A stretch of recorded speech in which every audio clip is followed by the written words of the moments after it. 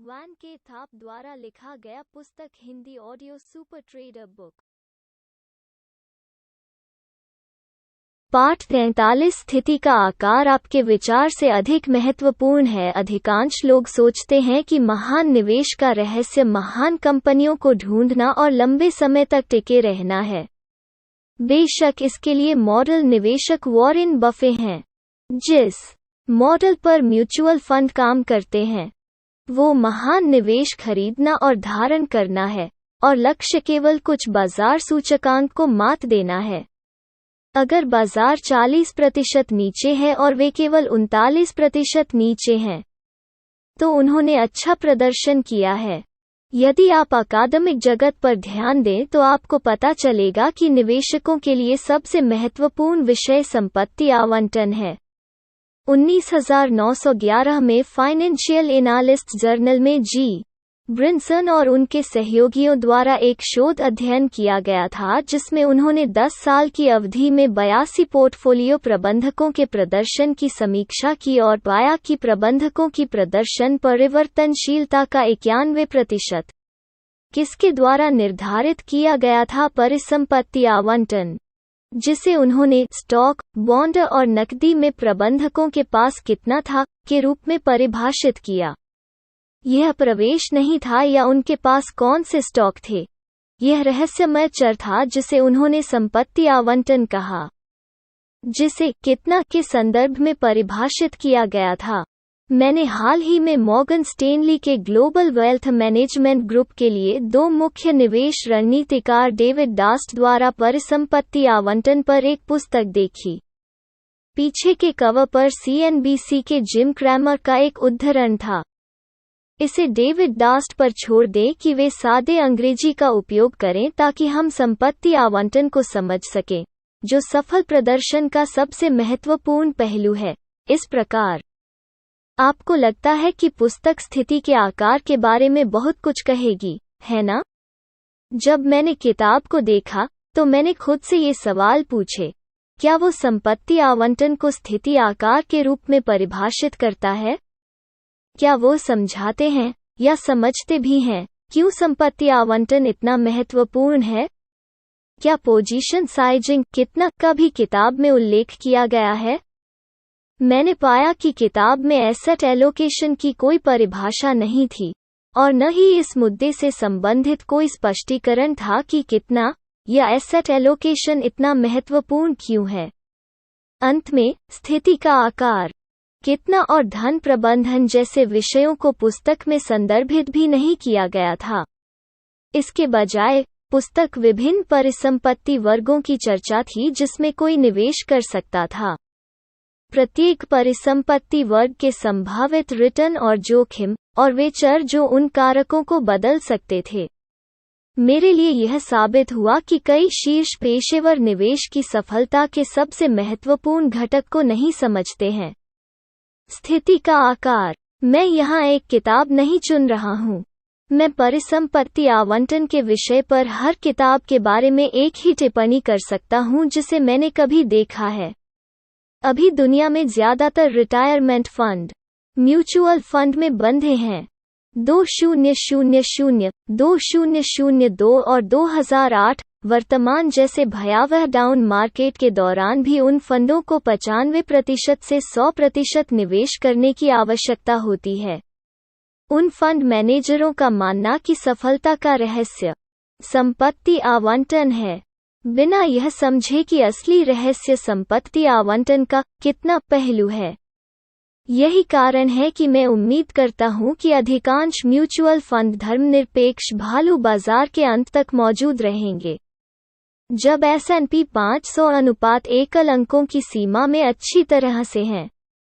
जो बैंक नियमित रूप से खरबों डॉलर की विदेशी मुद्रा का व्यापार करते हैं, वे जोखिम को बिल्कुल भी नहीं समझते हैं। उनके व्यापारी पोजीशन साइजिंग का अभ्यास नहीं कर सकते क्योंकि उन्हें नहीं पता कि वे कितने पैसे का व्यापार कर रहे हैं। उनमें से अधिकांश को यह भी नहीं पता कि नौकरी जाने से पहले वे कितना पैसा खो सकते थे। बैंक विदेशी मुद्राओं में बाजार निर्माताओं के रूप में पैसा कमाते हैं और वे पैसा खो देते हैं क्योंकि वे अपने व्यापारियों को भी इन बाजारों में व्यापार करने की अनुमति देते हैं या उम्मीद करते हैं। पिछले दशक में दुष्ट व्यापारियों ने हर साल लगभग $1 अरब खर्च किए हैं। फिर भी मुझे संदेह है कि यदि प्रत्येक व्यापारी का अपना खाता होता तो वे मौजूद हो सकते थे। एलेक ग्रीनस्पैन III को यह कहते हुए सुनकर मुझे आश्चर्य हुआ कि फेडरल रिजर्व के अध्यक्ष के रूप में उनकी सबसे बड़ी गलती यह मान लेना था कि बड़े बैंक जोखिम के मामले में खुद को पुलिस करेंगे। वे जोखिम और स्थिति के आकार को नहीं समझते हैं, फिर भी उन्हें सरकार से भारी राहत मिल रही है। अब तक आप शायद सोच रहे होंगे कि मैं कैसे निश्चित रूप से जानता हूं कि स्थिति का आकार इतना महत्वपूर्ण है। मुझे एक सरल व्यापार प्रणाली प्रस्तुत करने दें। 20% ट्रेड 10 आर विजेता हैं और बाकी ट्रेड हारने वाले हैं। हारने वाले ट्रेडों में 70% 1 आर हारे हुए हैं और शेष 10% 5 आर हारे हुए हैं। क्या यह एक अच्छी व्यवस्था है? यदि आप बहुत सारे विजेता चाहते हैं तो यह निश्चित रूप से नहीं है क्योंकि इसमें केवल 20% विजेता हैं, लेकिन यदि आप सिस्टम के लिए औसत आर को देखें तो यह 0.8 आर है। इसका मतलब है कि आप कई ट्रेडों पर औसतन 0.8 आर प्रति ट्रेड कमा सकते हैं। इस प्रकार जब इसे प्रत्याशा के संदर्भ में कहा जाता है तो यह एक विजेता प्रणाली है। याद रखें कि यह वितरण 0.8 आर की प्रत्याशा के साथ एक ट्रेडिंग सिस्टम के आर गुणकों का प्रतिनिधित्व करता है। यह बाजार नहीं है, यह एक ट्रेडिंग सिस्टम का आर गुणक है। मान लें कि आपने एक साल में इस सिस्टम के साथ 80 ट्रेड किए हैं। औसतन आप 64 आर बनाते हैं, जो उत्कृष्ट है। यदि आपने आर को अपनी इक्विटी के 1% का प्रतिनिधित्व करने की अनुमति दी है, जो कि पोजीशन साइजिंग करने का एक तरीका है, तो आप वर्ष के अंत में लगभग 64% ऊपर होंगे, जैसा कि इस पुस्तक में पहले वर्णित किया गया था। मैं अक्सर अपनी कार्यशालाओं में इस आर मल्टीपल वितरण के साथ लोगों को व्यापार के बारे में सिखाने के लिए संगमरमर का खेल खेलता हूँ। आर मल्टीपल डिस्ट्रीब्यूशन को एक बैग में मार्बल्स द्वारा दर्शाया जाता है। कंचों को एक एक करके निकाला जाता है और बदल दिया जाता है। दर्शकों को खेलने के लिए $1 लाख दिए जाते हैं और उन सभी को समान ट्रेड मिलते हैं। मान लीजिए कि हम 30 ट्रेड करते हैं और वे तालिका 4-3 में दिखाए गए अनुसार निकलते हैं। नीचे की पंक्ति प्रत्येक 10 ट्रेडों के बाद कुल आर मल्टीपल वितरण है। पहले 10 के बाद हम 8 आर ऊपर थे और फिर हमारे पास लगातार 12 हारे हुए थे और अगले 10 ट्रेडों के बाद 14 आर नीचे थे। अंत में हमने पिछले 10 ट्रेडों पर अच्छा प्रदर्शन किया, जिसमें 4 विजेता थे। उन 10 ट्रेडों के लिए 30 आर प्राप्त किया। 30 से अधिक ट्रेडों में हम 24 आर ऊपर थे। उस संख्या को 30 ट्रेडों से विभाजित करने पर हमें 0.8 आर की नमूना प्रत्याशा प्राप्त होती है। हमारी नमूना प्रत्याशा मार्बल बैग की अपेक्षा के समान थी। ऐसा अक्सर नहीं होता है, लेकिन ऐसा होता है। लगभग आधे नमूने प्रत्याशा से ऊपर हैं और दूसरा आधा प्रत्याशा से नीचे है, जैसा कि चित्र 4-1 में दिखाया गया है। ये आंकड़ा हमारे नमूना आर मल्टीपल डिस्ट्रीब्यूशन से बेतरतीब ढंग से प्रतिस्थापन के साथ तैयार किए गए 30 ट्रेडों के 10,000 नमूनों का प्रतिनिधित्व करता है। ध्यान दें कि दोनों प्रत्याशा औसत द्वारा परिभाषित और औसत प्रत्याशा 0.8 आर हैं। मान लीजिए कि आप खेल खेल रहे हैं और आपका एकमात्र काम यह तय करना है कि प्रत्येक व्यापार पर कितना जोखिम उठाना है या खेल को कैसे आकार देना है। आपको क्या लगता है कि आप कितना पैसा कमाएंगे या खो देंगे? खैर, इस तरह के एक विशिष्ट खेल में दर्शकों का 1/3 दिवालिया हो जाएगा, यानी वे पहले 5 हारने वालों या लगातार 12 हार की लकीर से नहीं बचेंगे। एक और तीसरे को पैसे की कमी होगी और अंतिम तीसरे को आम तौर पर एक बड़ी राशि कमाएगा। कभी कभी $1 मिलियन से अधिक।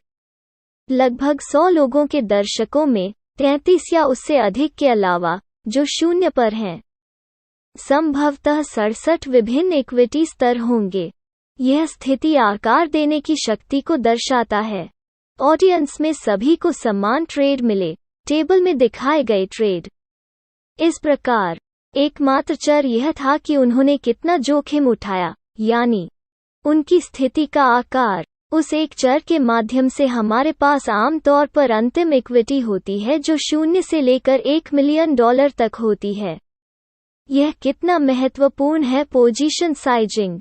मैंने इस खेल को सैकड़ों बार खेला है, हर बार समान परिणाम प्राप्त कर रहा हूँ, आमतौर पर जब तक कि बहुत सारे दिवालिया न हों। मुझे खेल के अंत में उतने ही अलग अलग इक्विटी मिलते हैं जितने कमरे में लोग होते हैं, फिर भी सभी को समान ट्रेड मिलते हैं। उस अकादमिक अध्ययन को याद करें जिसमें कहा गया था कि 82 सेवानिवृत्ति पोर्टफोलियो के प्रदर्शन भिन्नता का 91% स्थिति आकार के कारण था। खेल के साथ हमारे परिणाम समान परिणाम दिखाते हैं, सभी को समान ट्रेड मिलते हैं, और एकमात्र चर मनोविज्ञान के अलावा यह है कि खिलाड़ी प्रत्येक व्यापार पर कितना जोखिम उठाते हैं। यदि विषय को कभी भी अकादमिक या मुख्यधारा के वित्त द्वारा स्वीकार किया जाता है, तो शायद यह उन दोनों क्षेत्रों को हमेशा के लिए बदल देगा। यह इतना महत्वपूर्ण है। स्थिति आकार के 3 घटक। स्थिति आकार द्वारा उत्पादित प्रदर्शन परिवर्तनशीलता में 3 घटक होते हैं। चित्र 4-2 देखें। 4 वे सभी आपस में जुड़े हुए हैं और इसलिए उन्हें अलग करना बहुत मुश्किल है। पहला घटक व्यापारी के उद्देश्य हैं। उदाहरण के लिए, कोई व्यक्ति जो सोचता है, मैं दिवालिया होने से खुद को शर्मिंदा नहीं करने जा रहा हूँ, को उन लोगों से बहुत अलग परिणाम मिलेंगे जो जीतना चाहते हैं, चाहे संभावित लागत कितनी भी हो।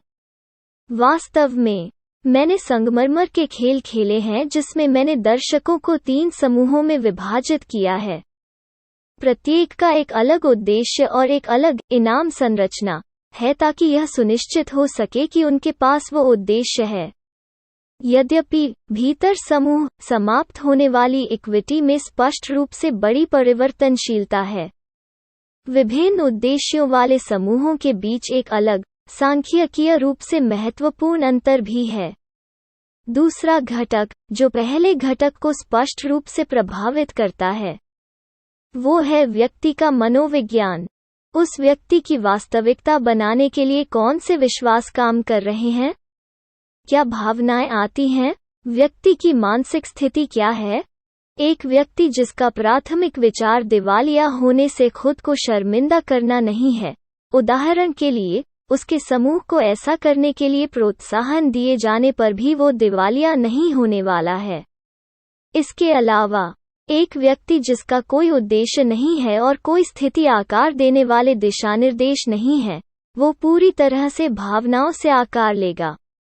तीसरा घटक स्थिति आकार देने की विधि है, चाहे वो सहज हो या एक विशिष्ट एल्गोरिथम। प्रत्येक मॉडल में कई संभावित किस्में हैं, जिसमें इक्विटी की गणना करने की विधि भी शामिल है, जिसके बारे में हम बाद में चर्चा करेंगे।